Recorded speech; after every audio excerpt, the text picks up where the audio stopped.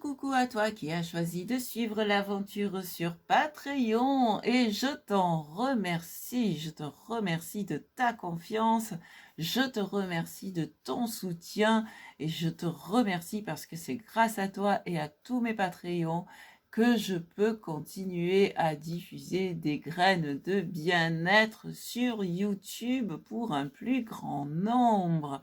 Merci beaucoup.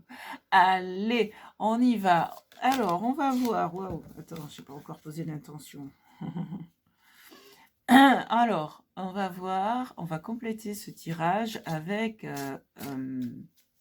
l'oracle du mystérieux labyrinthe et une première carte qui est un peu comme un panneau de signalisation, ce que l'auteur appelle apologue.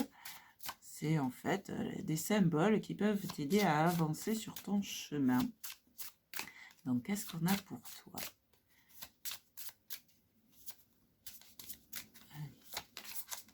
Ok, c'est celle-ci. La fleur de vie. Ah, la fleur de vie. Ah, je la vois pas souvent dans un tirage, celle-ci. Ah, bah dis donc, c'est fleuri chez toi. Il y avait déjà une fleur ici. La fleur de vie, c'est de toute façon une carte positive. Ah,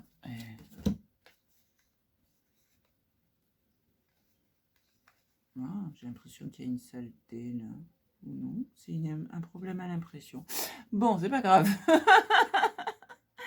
La fleur de vie, c'est une carte positive et c'est l'énergie universelle, c'est l'énergie vitale, c'est...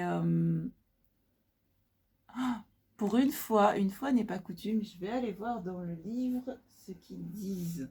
C'est très rare que je m'appuie sur le livre, mais là, pour une fois, je vais le faire. Je sais pas pourquoi, enfin ouais, c'est... Allez, la fleur de vie.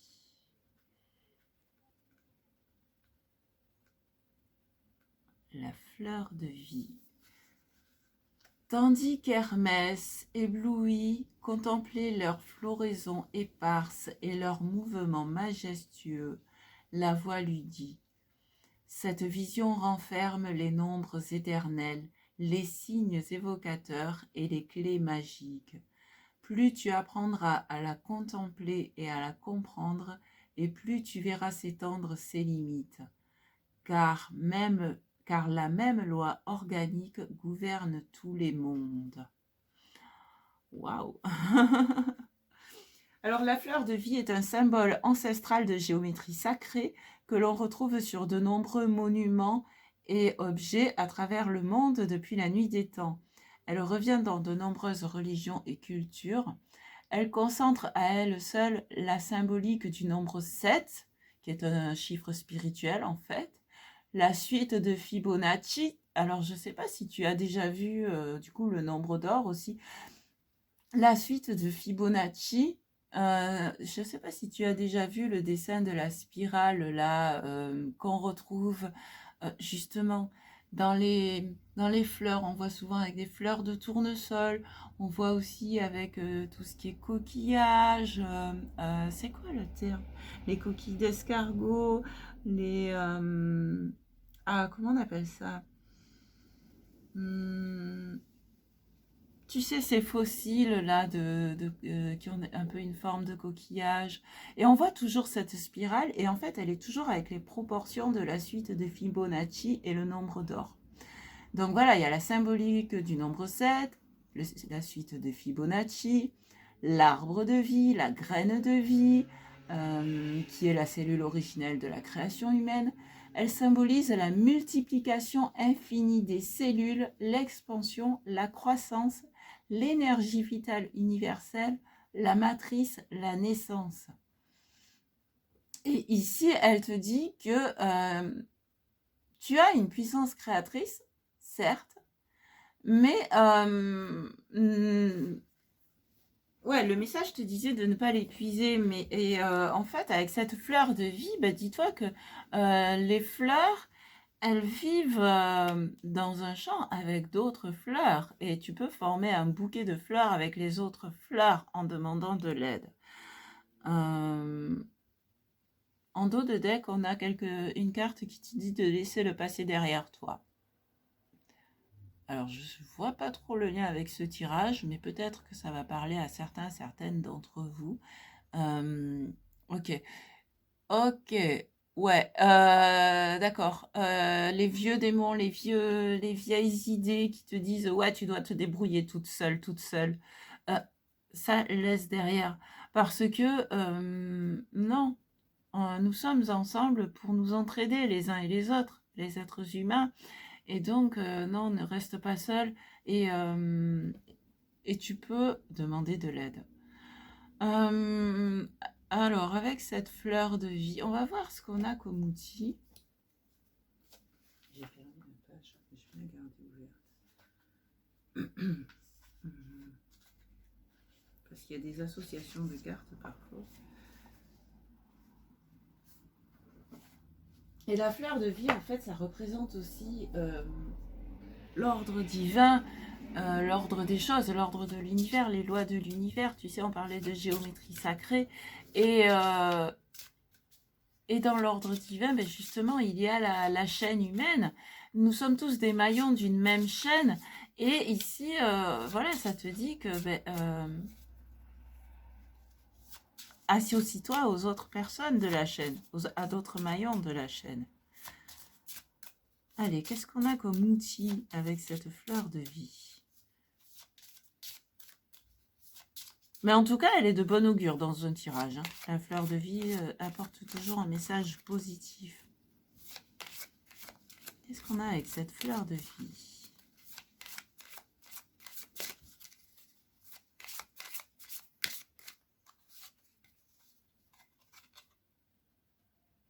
Le scrupulus. Tu vois, tu as un caillou dans ta chaussure. Et ok, il y a une image qui me vient là. Il y a des moments quand on marche, qu'on a mal aux pieds, on a les pieds qui enflent dans nos chaussures. Là, ici, on a des chaussures ouvertes, des sandales. Mais là, moi, ce que je vois, c'est dans des chaussures fermées. Et des fois, tu as besoin que quelqu'un t'aide pour retirer ta chaussure, pour pouvoir enlever ce caillou dans la chaussure. Donc, et en roue de deck, on a la poulie. Et en enlevant ce caillou dans ta chaussure, ça pourra permettre de relancer la machine. Donc, il est temps aussi de faire une pause pour enlever tes chaussures, enlever ce caillou qui t'empêche de marcher, qui te fait mal, et aller de l'avant, quoi. Allez, qu'est-ce qu'on a comme guide pour t'aider? L'énergie du guide, l'énergie qui va pouvoir t'aider dans ton cheminement. Le dragon. Le dragon qui nous parle de la... Le dragon qui nous parle de la connaissance ancestrale. Le dragon qui peut aussi nous parler de colère. Donc, ouais, effectivement, qu'est-ce qui te met en colère à l'heure actuelle? Qu'est-ce qui te met en colère? En sachant ce qui te met en colère, et ce qui te fait du mal, ce qui t'empêche d'avancer, ce qui t'empêche de marcher avec fluidité, si tu veux. Ce qui te met en colère, ça peut te révéler justement, il est temps que je prenne ma décision. Et plutôt que de l'exprimer avec colère, je vais t'expliquer comment moi je fonctionne. Quand il y a quelque chose ou quelqu'un qui me met en colère, à un moment où je suis toute seule chez moi, j'exprime, je dis, je crie, comme si la personne était en face de moi. Ouais, tu commences à m'énerver, j'en ai marre de faire ci, ça pour toi, tu me saoules, nanani. J'exprime, toute seule. Comme ça me permet de faire sortir ma colère, ok, je sais pas pourquoi j'ai dit couleur, mais ouais, ça me permet de faire sortir ma colère et en même temps, j'exprime les choses et quelque part, je me suis rendu compte que quand je rencontrais la personne, le lendemain, le surlendemain, après avoir expulsé comme ça cette colère et exprimé les choses à toute seule, mais en même temps avec l'univers, et bien parfois c'est la personne elle-même qui me dit: j'ai remarqué que je t'en demandais, on va adapter ici à ton tirage, Bah, j'ai remarqué que tu en fais beaucoup quand même pour l'entreprise. Par exemple, on va prendre l'exemple, c'est ton patron ou ta patronne. J'ai remarqué que tu en fais beaucoup pour l'entreprise. On t'en demande beaucoup et bah, j'ai envisagé l'idée d'embaucher quelqu'un. Qu'est-ce que tu en penses? J'ai envisagé l'idée d'embaucher quelqu'un pour te seconder. Qu'est-ce que tu en penses? Parce que quelque part, toi-même, tu as pris ta décision, même si tu ne l'as pas encore exprimée directement à ton patron, ta patronne, dans l'exemple là, mais tu l'as exprimé en expulsant ta colère chez toi tout seul dans ton coin ou dans un coin de la nature ou peu importe où, ou en écrivant sur un cahier ou sur un papier que tu as jeté au feu, enfin, d'une manière ou d'une autre, tu as expulsé ta colère, tu l'as exprimée à l'univers, à la vie, à qui t'entend, et, euh, et quelque part, eh ben, c'est l'autre en face, le monde est mon miroir, c'est l'autre en face qui va te dire, je constate que, et j'ai une solution à te proposer, qu'est-ce que tu en penses? Donc tu vois, il y a aussi comme ça que tu peux avancer dans ton cheminement avec l'énergie du dragon. En fait, voilà, crache le feu sur, je sais pas si tu connais Game of Thrones, crache le feu sur ta viande et ensuite mange la viande, plutôt que de cracher le feu sur le village, quoi. Tu vois, c'est un peu ça, quoi. Euh, et ça va transformer ta colère en énergie positive. Ok? Allez, on va prendre maintenant l'oracle du voyageur sacré pour avoir un message complémentaire et nous terminerons avec un autre message du tarot des archanges. Ça a été rapide. Se mettre à l'abri, les réponses sont à l'intérieur. Ok, ouais, je te parlais ici d'écouter ton intuition. Et ici, si tu es un habitué ou une habituée du tarot, cette carte me fait penser à l'ermite qui a la lumière à l'intérieur de soi, allumer la lumière. Et la réponse est en toi. Et bon, effectivement, elle s'exprime au travers de tes émotions. Ça peut être la colère, comme on l'a vu avec le dragon, et les autres émotions, mais la réponse est en toi.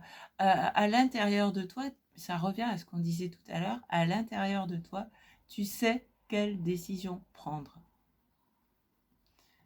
Tu sais quelle est la décision qui est juste pour toi, tu sais quelle est la décision qui va t'apporter, pardon, j'ai des remontées, qui va t'amener vers ce qu'il y a de meilleur. Et on va voir avec le tarot des archanges un dernier message pour conclure ce tirage. Ok.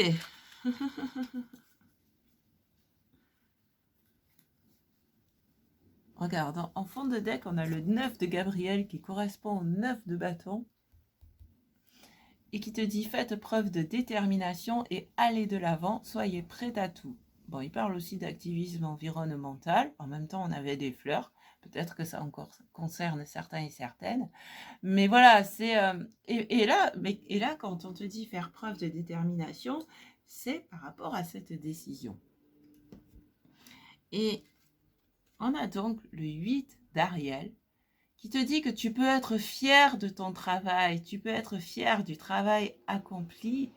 Ça t'a appris, en fait, c'est en pratiquant qu'on apprend, en forgeant qu'on devient forgeron. Donc tu as appris de ton travail et de tes expériences. Bon, là, on te parle éventuellement de suivre une formation, mais par rapport au tirage, j'ai pas l'impression que c'est ce qui compte le plus.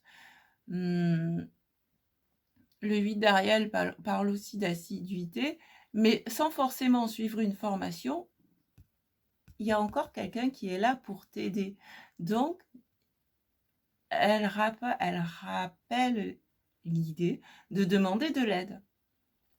Donc, sans forcément que ce soit une formation, hein, mais voilà, c'est... peut-être aussi que ça peut être sous forme d'enseignement. Peut-être que tu as un enseignement à recevoir pour optimiser ton travail.